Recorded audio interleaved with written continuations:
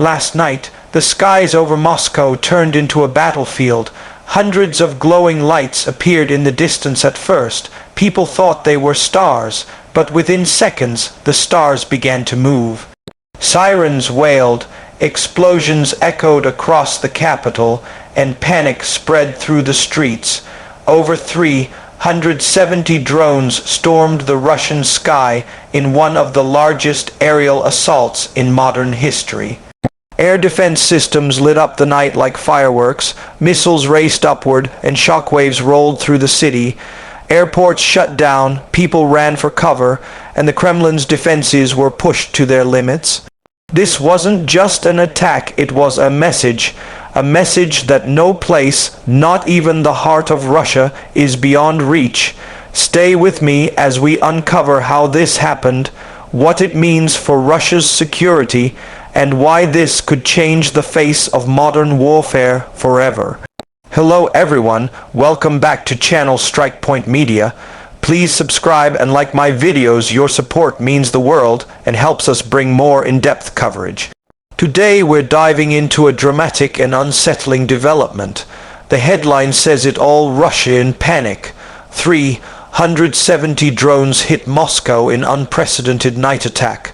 We'll walk through what happened, how it affects the broader context, and break down the key points any viewer should know. First, let's set the scene. We're talking about a swarm of drones, dozens, hundreds launched toward the heart of Russia, targeting its capital, Moscow. According to reports, the number hovers around 370, making this one of the largest drone incursions recorded in the region. Sources say that Ukrainian launched drones penetrated layers of Russian air defense, triggering chaos. Airports disrupted, flights diverted or cancelled, emergency services scrambling. This is not just a one-off event, it signals a shift in the war's dynamics, with drones playing an increasingly central role. When we talk exterior, we're referencing the visible aftermath and how this event plays out in public space. From satellite and media images, one sees smoke plumes over suburbs, alarm sirens, emergency crews responding to debris, and windows shattered by falling parts of intercepted drones. For example, authorities in Moscow reported that airports such as Sheremetyevo Airport and others had to pause operations as a precaution. The panic comes because the capital city, normally treated as a secure zone, found itself under aerial threat.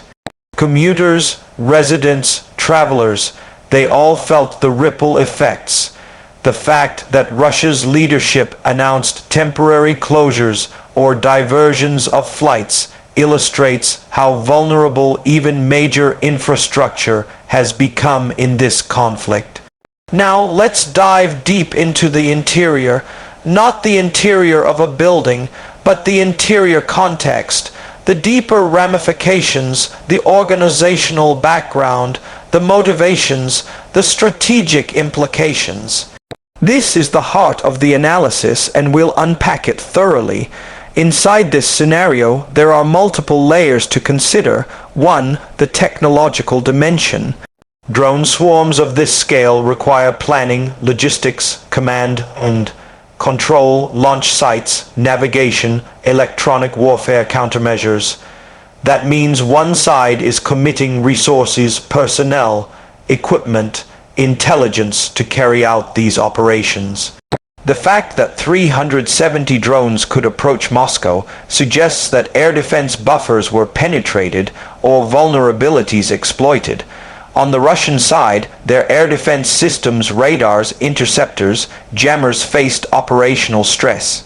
Reports said they intercepted dozens or more drones, but that still meant some got through, debris landed, flights disrupted.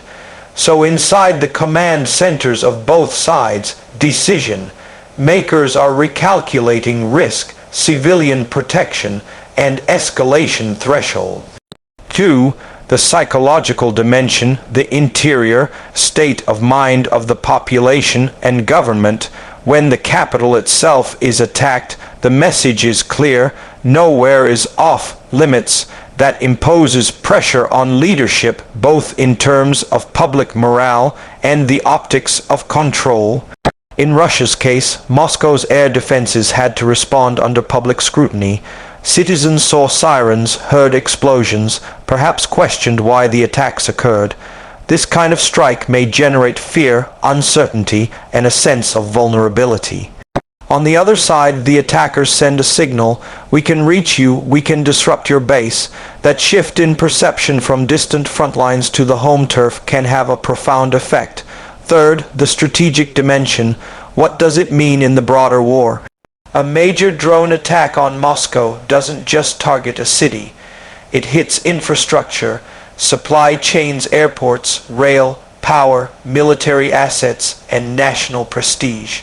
It forces the defending nation to allocate more resources to domestic air defense, possibly diverting them from offensive operations elsewhere.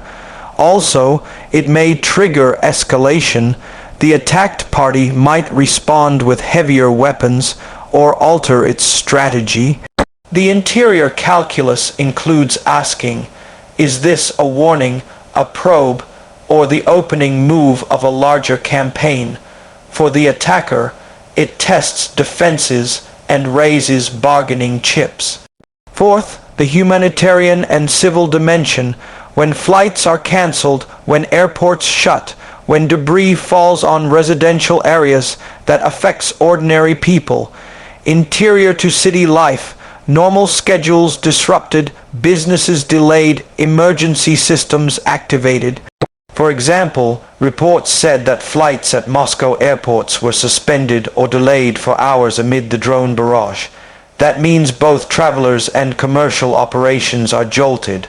Residents might face windows shattered, power cuts, anxiety about future attacks. On the societal interior level, this can erode faith in protection, raise calls for action, trigger panic buying, civil unrest concerns. Fifth, the intelligence and policy interior. Behind the scenes, officials will be analyzing how the drones got through, what sensors failed, what intel was missing, which launch points were used. They'll be revising protocols, reviewing budgets, perhaps increasing defensive spending or changing deployment of systems. For the attacker, success opens options, more attacks, negotiating leverage, disruption of enemy strategy. The interior decision-making is complex. In Moscow, for instance, the mayor and defense ministry had to publicly respond, assert control, reassure citizens, even while an attack was actively underway. That reveals stress inside the system. Finally, the precedent interior. This event sets a new benchmark. If a swarm of 370 drones can threaten Moscow, what defense posture must exist? What limitations do nations now face? The interior realization for the global military community is that drone warfare at this scale is a game changer. So inside the leadership offices, inside the war planners' minds, inside the intelligence agencies, they are adjusting their charts, their threat assessments, and their budgets. In short, the interior of this event is huge. It's technological, psychological, strategic, civil, intelligence-driven, and precedent-setting. It's not just the attack, it's the ripple through the system. Now shifting to performance. How effectively did the attack perform, and how effective was the defensive response? On the attacker's side, the swarm appears to have achieved some disruption. Airports closed or flights cancelled, airspace cleared, defenses activated. That's a performance success in terms of striking at the target's nerve center. On the defensive side, Russia claims to have intercepted dozens of drones. Indeed, reports say that Russian air defenses shot down many incoming drones targeting Moscow. But the disruption still happened, flights diverted, airports affected, infrastructure stressed, so performance is mixed. Defense systems worked, but the attack achieved its goal of creating chaos and illustrating vulnerability. The performance metrics, how many drones reached targets, how much damage was done, how much disruption occurred. We may not have complete numbers yet, but publicly the performance of the attack is significant by simply forcing a major city to respond. On the defense performance side, good show of interception ability, but the fact that operations were delayed implies room for improvement. Next, safety features are here. We're looking at measures designed to protect civilians, infrastructure, and airspace in such a scenario. For Moscow and broader Russia, safety features include air defense systems, surface-to-air missiles, anti-drone jammers, radar systems, satellite tracking, coordination among civil aviation, airport closures, and diversions when threats arise. For example, Moscow's airports were shut temporarily for safety reasons once drone alerts were issued. Civil defense features also matter.